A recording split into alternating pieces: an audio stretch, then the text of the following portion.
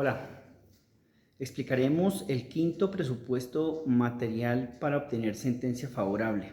Vamos a hablar de la ausencia de litispendencia cuando constituya prejudicialidad. Este presupuesto material consiste en que no se presente la situación descrita en el numeral primero del artículo 161 del Código General del Proceso. Es decir, este presupuesto consiste simplemente en que no se dé la situación en la cual el proceso civil se tenga que suspender porque exista otro proceso, también en trámite, que tiene relación con el proceso civil y que no se presente esa situación en la cual la decisión que se dicte en el segundo proceso afecte directamente y definitivamente la decisión que se necesita en el proceso civil.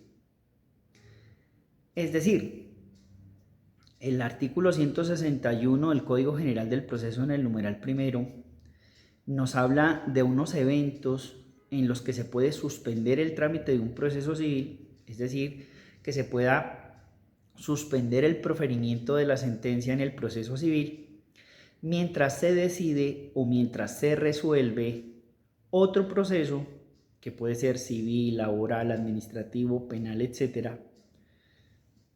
Y es necesaria la suspensión del proceso civil porque lo que se va a resolver en el otro proceso puede afectar el sentido de la decisión del proceso civil, es decir, puede tener incidencia directa y definitiva.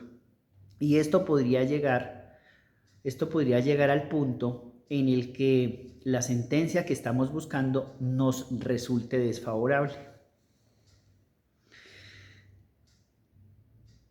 ¿Qué se necesita para que el proceso civil se tenga que suspender por la existencia de otro proceso? Lo decíamos hace un momento. Que la decisión del otro proceso pueda tener incidencia directa y definitiva en la decisión que se va a dar en el proceso civil. Y de pronto, yéndonos de una vez al ejemplo, esto lo entendamos mejor. Vamos a suponer que dos señores suscribieron un contrato de compraventa sobre unas mercancías. Y en ese contrato se establecieron unos pagos periódicos y unas entregas periódicas de esas mercancías. Sucede que hay solamente un pago pendiente, digámoslo así, el pago final de esas mercancías, y cuando este pago se va a realizar como se estipuló en el contrato, el beneficiario del pago, es decir, quien vendía las mercancías, de manera injustificada se niega a recibir el pago. Dice que no, que él no recibe el pago, que le incumplieron. Y quien compró le dice, pero ¿cuál incumpliendo? Estoy tratando de hacer el pago tal como reza en el contrato. Entonces, preocupado por esa situación, el sujeto que debe hacer el pago no quiere exponerse a que lo demanden por incumplimiento. ¿Qué hace?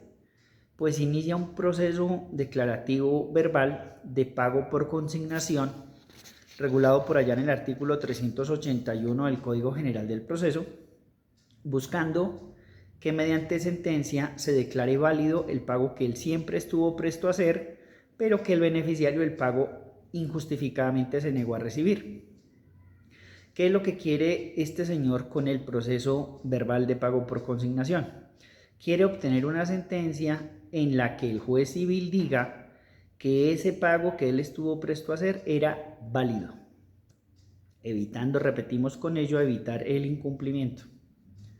Se inicia por tanto este proceso, pero tiempo después el otro señor, el que vendió las mercancías, inicia un proceso declarativo de resolución de contrato por incumplimiento y además exigiendo el pago de una cláusula penal por ese incumplimiento. Y claro, demanda al señor que había comprado las mercancías. ¿Cuál es la pretensión en ese pago, en ese proceso?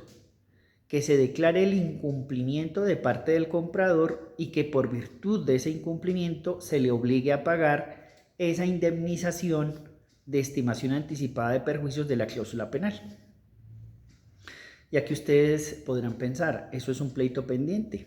Efectivamente, aquí lo que sucede es que con ocasión de la misma causa petendi, con ocasión de los mismos hechos y entre esos mismos sujetos, surgieron estos dos procesos. ¿Qué es lo que permite la existencia de los dos procesos de manera simultánea?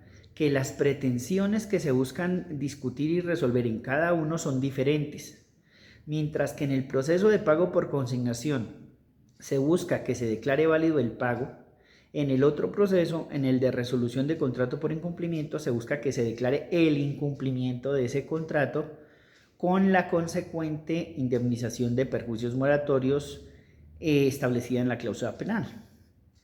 Entonces, están los dos procesos en trámite, uno ante un juez civil, el otro ante otro juez civil. Ojo, si el proceso de resolución de contrato de compraventa que adelantó el que vendía las mercancías ya se encuentra en su fase final, ya se encuentra en la recta final, es decir, para el proferimiento de la sentencia de única o de segunda instancia, será necesario que el demandado en ese proceso, que a su vez es el demandante en el proceso de pago por consignación, le pida al juez de su proceso que le expida una certificación acerca de la existencia de ese proceso. Ese documento lo tiene que llevar al proceso declarativo de resolución de contrato por incumplimiento y deberá pedirle al juez de ese proceso que suspenda el trámite aplicando el artículo 161 y 162 del Código General del Proceso. Una vez el juez civil que conoce el proceso declarativo de resolución de contrato por incumplimiento tiene noticia de la existencia del proceso de pago por consignación, pues se va a ver en la necesidad de suspender la emisión o el proferimiento de la sentencia. ¿Por qué razón? Porque si el juez del otro proceso, es decir, si el juez del proceso por pago por consignación llega a declarar en la sentencia que el pago era válido, la pretensión que se va a resolver en el proceso de resolución de contrato de compraventa va a fallar de manera negativa, de manera desestimatoria. Si se llega a declarar por el otro juez que el pago era válido, el otro juez no va a declarar la resolución del contrato por incumplimiento. Pero aquí es importante advertir que para que proceda esa suspensión es necesario que el proceso en el que se pide esa suspensión ya se encuentre en el momento final de proferimiento de sentencia de única o de segunda instancia. O sea, usted no podría pedir la suspensión de un proceso civil que hasta ahora está arrancando, que hasta ahora está iniciando. Y esto podría trasladarse a otros ámbitos. Podría ser el caso también, y esto es bien discutido en la doctrina, de la suspensión de un proceso de expropiación que está conociendo un juez civil de circuito porque se demandó la nulidad del acto administrativo que decretó la expropiación ante un juez administrativo. En la doctrina se discute si hay o no lugar a la prejudicialidad. La mayoría de la doctrina considera que sí la puede haber, es decir, que no se podría disponer el cumplimiento del acto administrativo de expropiación hasta tanto se resuelva en el proceso contencioso administrativo el proceso de nulidad del acto administrativo por falsa motivación, por desviación de poder o por cualquiera de los demás motivos de nulidad de los actos administrativos. Y esto puede darse en otros ámbitos más. Puede haber una prejudicialidad de proceso civil a proceso laboral inclusive. Bueno, ahora, el presupuesto material que estamos estudiando, entonces lo que nos está diciendo es, necesitamos que cuando estemos tramitando nuestro proceso civil no se presente esa circunstancia de prejudicialidad o de suspensión del proceso civil, porque hay otro proceso que está en trámite, ya sabemos, entre los mismos sujetos y por los mismos hechos, pero con diferentes pretensiones, porque la decisión del otro proceso puede afectar el sentido de la decisión que estamos buscando nosotros en nuestro proceso civil. Se podría preguntar, bueno, ¿y por cuánto tiempo se suspende ese proceso civil? Ese proceso civil no se puede suspender de manera indefinida. El Código General del Proceso señala que si transcurren ya 2 años después de que se suspendió el proceso y aún no se ha resuelto, se tendrá que pedir al juez que había suspendido el proceso que reanude el proceso, o ese juez, habiendo hecho el cómputo del término, tendrá que de oficio ordenar que se reanude el trámite de ese proceso. También es necesario acá tener presente que de manera expresa en algunos casos, en algunos eventos, la ley prohíbe que exista la prejudicialidad. O sea, la prejudicialidad no es una situación que se dé en todos los casos.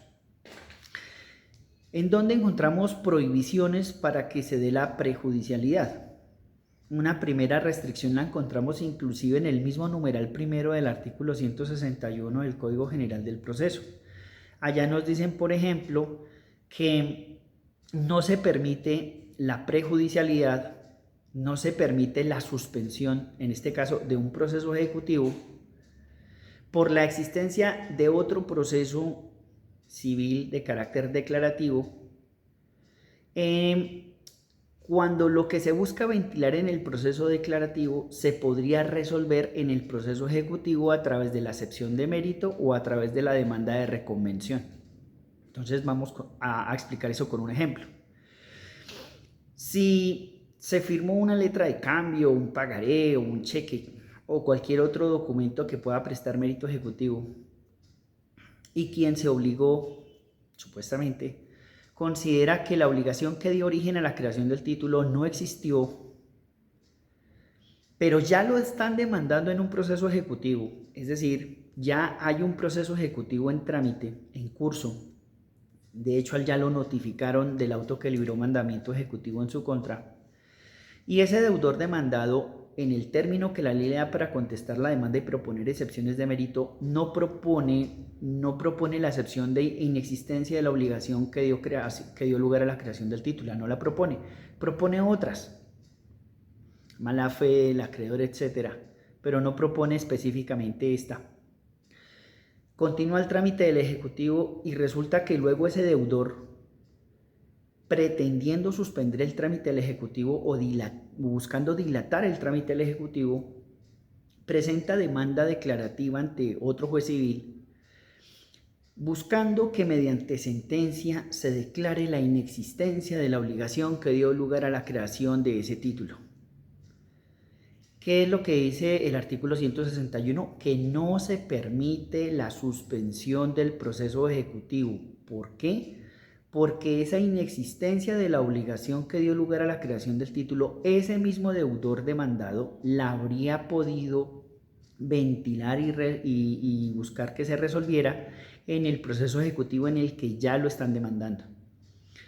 Entonces, de manera expresa, la ley prohíbe la prejudicialidad para el caso de los procesos ejecutivos para alegar circunstancias que perfectamente se pueden alegar como excepción de mérito o como reconvención en esos trámites y no permitir la existencia de otros procesos declarativos que busquen suspender el ejecutivo o dilatar el ejecutivo por esas razones. Y habría otra restricción a la prejudicialidad, y esa ya la da el Estatuto de Arbitraje Nacional, la Ley 1563 del 2012, por allá en el artículo 11, prohíbe la suspensión del trámite de los procesos arbitrales por prejudicialidad. En resumen, entonces tenemos que este presupuesto material lo que quiere o lo que pide es que no exista otro proceso con base en la misma causa y entre los mismos sujetos que pueda llegar a determinar la suspensión del proceso que estamos realizando, y si esta circunstancia se da, pues que la determinación o la decisión que se dicte en ese proceso no afecte el sentido de nuestra decisión, la que estamos buscando en nuestro proceso. Hasta otro video entonces.